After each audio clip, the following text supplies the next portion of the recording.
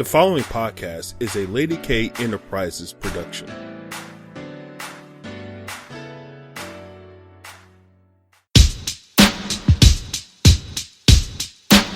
Lady K. Welcome, and thank you for tuning in to Lady K Chat, a podcast that is designed for all women to become better versions of themselves, which is broadcast every Tuesday and Thursday at 6 p.m. Eastern Standard Time. Various subjects will be speaked upon, such as relationships, personal development, health and wellness, wealth building, children, and so much more. She is a two-time Amazon best-selling author, an international speaker, and life coach. She is Kalima, aka Lady K. And now for your host, Lady K. Hello, ladies, and thank you for tuning in into this episode of Our Kings to Be. And ladies, tonight, I hope you come with an open mind because I have one of my favorite male guests here with us tonight. They're going to give us some insight. But again, ladies, I need us to be open ears. Don't shut down. Don't get all emotional because I know sometimes we can come across, but I want us to welcome. Please welcome our brothers, Mr. Dexter Piggins and Mr. Dominique Bonds of When Men Open Up. How are you, gentlemen? Excellent. Great. Thank you guys for coming on tonight and joining me. Oh, no, it's definitely our pleasure. As always, it is an absolute joy to talk to Lady K, so thank you for having us. Thank you, gentlemen. I hope y'all don't get a little bit scared tonight because I am looking for some insight from you brothers. Listen, I don't want to exclude nobody else, right? But when it comes to our young Black men or our young Black kings, in this day of time, I think it's very imperative to get some from a male aspect on how we can do things a little better. Would you agree? Oh, definitely. Yes, and this is a heavy topic. You definitely put us on the spot, but we are definitely prepared for it. Good. Because let me tell you something. I'm a single mother myself. And I know sometimes, I want the best for my boys. And I know sometimes I try to do everything. But I understand when we do that and when they get to a certain age, it's like they're looking at the world like, what are we supposed to do now? Because our mother did mostly everything for us. Our mother protected us. Our mother did everything. So it's like, you know what? One of my sons, he's 17, and I realized I did too much for him in some type of way. And I said, you know what? Let me fall back a little bit. But at the same time, too, I want to get some insight from you guys. What do you think some of us females can do a little bit more different just to make sure that our young kings are properly positioned going into world after they turn 18? Well, Lady K, I mean, you hit on some great things. And I first want to address some of the things that you highlighted. With a lot of single mothers or mothers who are raising sons and they don't have that male figure in their son's life, there is a fear and concern of, what can I do to help my son develop as a young man? Right. And not just as a young man, but as a man that will be productive in society and really have a sense of self-identity as well. So what do I do? What do I turn to? And the fear and the concern can really lead to a lot of women, feeling like I have to wear all these hats and fulfill all these responsibilities and do all these things that they may fall short in and not be able to, may not be capable of really fulfilling. So that can really lead to a few issues.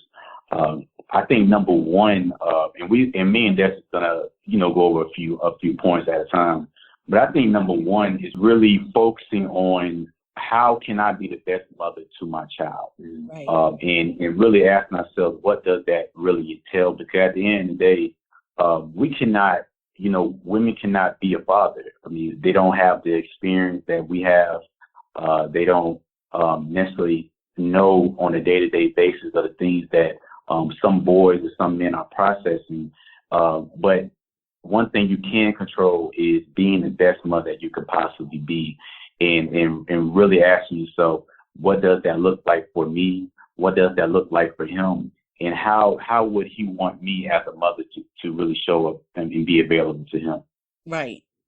I love that. Thank you for that. Keep going. I'm listening. Yeah, I would add, Lady Kate, that for the single mother in particular, examine motivations. And what I mean by that is that, what is governing your parenting style? At the end of the day, we know that parents, you're literally doing the best you can with what you have. But I think there's a tendency to be so mindful of the world condition that we parent out of fear. And I think if you're planting seeds of fear for whatever good you think you're doing in the immediate, you're actually setting that child up for harm once they do get out into the real world. Right. And so examine your motivations behind the decisions that you make, even the lessons that you teach. Make sure that it is indeed coming from a place of love, but it's not governed by societal trends and things outside of your control. Right. But we're just going to take a quick break and we'll be right back. Lady K Enterprises are now licensed in the state of Pennsylvania and New York to help you with your insurance needs from auto, homeowner, life insurance, and home security.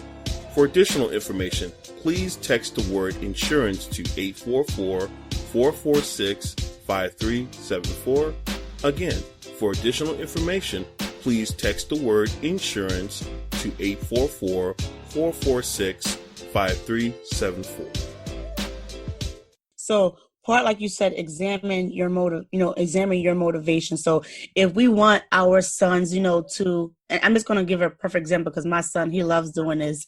If we want our sons to be more independent, and it may come off like we're nagging, but sometimes we keep saying that we keep being repetitive, the same thing. Cause I can tell myself, please take out the trash. He knows every Friday to take out the trash. Why I gotta tell you to take out the trash? You know what I'm saying? So it's like, what do I need to, how can I motivate you and not drive myself crazy, to get you to move? So it's because when you get older and you be that man, I don't want your wife to look at you like your mother didn't teach you anything. So I gotta tell you to keep taking out the trash too. Honestly. No, that's a good point. And, I'll throw this out. Maybe, as a little in the house experiment, maybe you refrain from doing some things that he's used to, and then when he asks the question, "Why aren't you doing X, Y, and Z anymore?" Maybe that's an opportunity to redirect him to the trash that he's neglected to take out. Mm. But in all honesty, as a man in his 40s, I can tell you that I was slow in coming on a lot of those things, but there was a point when it all kind of dawned upon me. And so, I would just say, be graceful towards your son. The nagging, at the end of the day, we have a tendency to kind of tune things out. And so he may not be hearing you. And so it may be an opportunity to talk and see where the communication breakdown is taking place. Right. And it's funny that you said that because I have taken that approach before. Because, I'm going to tell you this a little bit about myself. I used to be a yeller. But then I also said to myself, you know what? I said, I don't want to yell at my son. I said, especially because he is becoming of that age, I want to talk to you. So now that I'm talking to you and you're sitting here looking at me saying, but then nothing's getting done. So this is where, us mothers, this is where we get the frustration. And I'm just using that as one example, but it can get frustrating at times because, like, you know what, you try to take a different approach. That's not working. It's like, what else can we do? You know what I'm saying? Yeah, and I think you gave a good point. You highlighted that you made a change. You used to be a yeller, like you stated, and now you're really giving him that, you're really providing that space to have that conversation. I think sometimes one of the things that we have to take in consideration is that, he could be used to that type of environment, that you came at him yelling all the time or majority of the time or whatever the case. I'm not quite sure. And now you made that quick shift. I think sometimes when we have a shift in our communication, we have to really give that patience and that time for that other person to make that adjustment as well. I think number two, we sometimes have to also, really ask that person, to ask your son, what's the best approach for you? See what is the best way to communicate with him? See how would he like things to be communicated with him? And, some parents, when they hear stuff like that, they're thinking, you know what, well, I'm the parent, things got to go my way. But at the end of the day, when we talk about communication, it involves two people. And at the end of the day, we all have a different love language, and we also have different ways that we want to be communicated as well. And I think we have to really just take that time out and really ask each other, whether it's our children, friends, family, whatever the case, what's the best way to communicate with them, and seeing how that works out. Right. You said something vital. You said, communication, and then you said love languages. It's funny that you said that, because recently I did a show about love languages, and you hit it right on the head that, sometimes if you know that person love language, you can know how to communicate with them. And yes, like you said, he may have been used to me doing things a certain way, but when I changed the tone, and one thing what made me do that is because I said he is becoming a young man. And I said, and I have to talk to him. And not only do I have to talk to him, I said, I have to listen. I have to also be receptive. Do you feel sometimes as mothers, like you said, we just get in that mode, I'm the mommy and you listen to me, and we just don't listen to our sons? I think, and this is another point I really wanted to highlight that's very, very important for mothers, but especially just parents in general, but for mothers with sons. Really ask yourself, what type of space are you really creating and developing for your son? Really evaluate, does your son trust coming to you for everything? And whatever it is that he doesn't trust you coming to you, why is that? Let's not jump to conclusions on what he should be doing and what he shouldn't be doing. The fact of the matter is really gain understanding on why he thinks that way and why he feels that way. I think another thing is, are you really giving him the space to actually express himself? So many of us are growing up or have grown up in environments and households where our feelings and our emotions were so repressed that we don't know how to really express ourselves when we become adults, when we get into relationships and so forth, because we've been shut down so much. So I think as a young man, he has to have that space to really express himself in a safe way, not being constantly judged, not constantly being told you can't feel like that. I always see parents, they'll whoop their child and they say, fix that frown in your face. But let's be honest. I mean, you just got done whooping your child. He does, his feelings is validated, that he can be upset. Now, the problem is what he's doing with those feelings and those emotions. Is he acting out, whatever the case may be? Is he breaking the rules, not following directions? But he does have a right to be upset. Right. That part when you said, does your son trust you? That right there, that's vital. But how about this?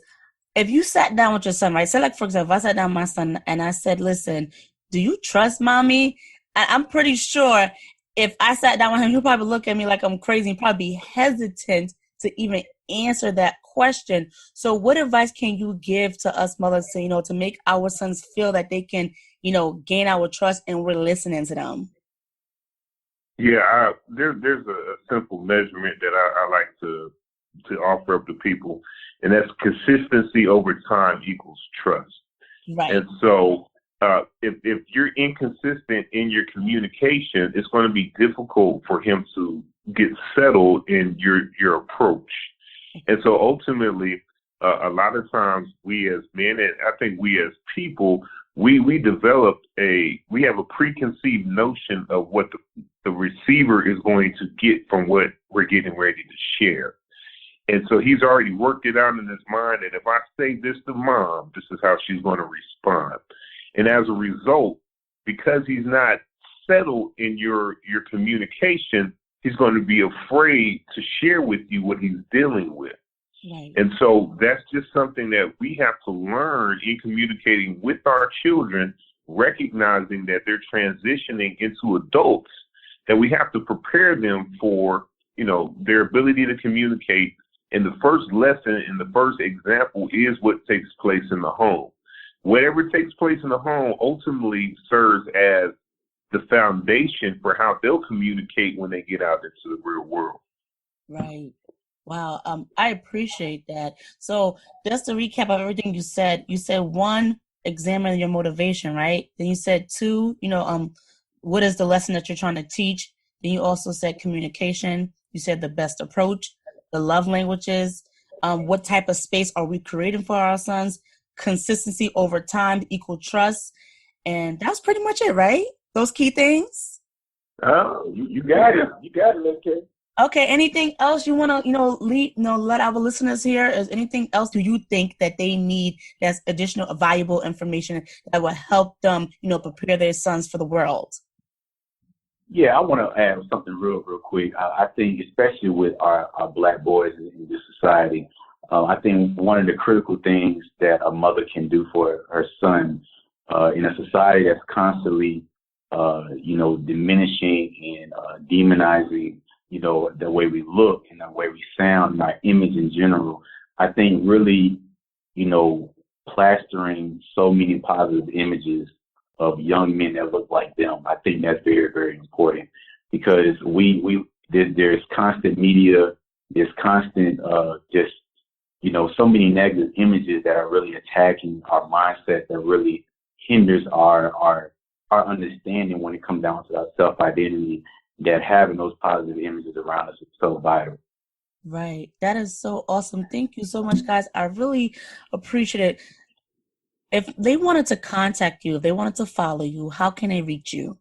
Yeah, so we can be reached at info@whenmenopenup.com. That's the best way to reach us via email. We're on social media as well, same handle, When Men Open Up, and we look forward to connecting. Wonderful. And I have another question for you, gentlemen. Do you offer workshops for our young men? Oh, yeah, definitely. Yeah, that's something, a service that we provide, as well as serving as speakers and panelists and creating online content. We pretty much try to run the whole, cover all spectrums as it relates to this subject matter. Okay, wonderful. I thank you so much, gentlemen, for coming up here and educating our women.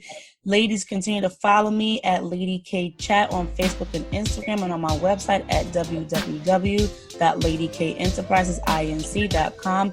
And you ladies have a wonderful night. Lady K.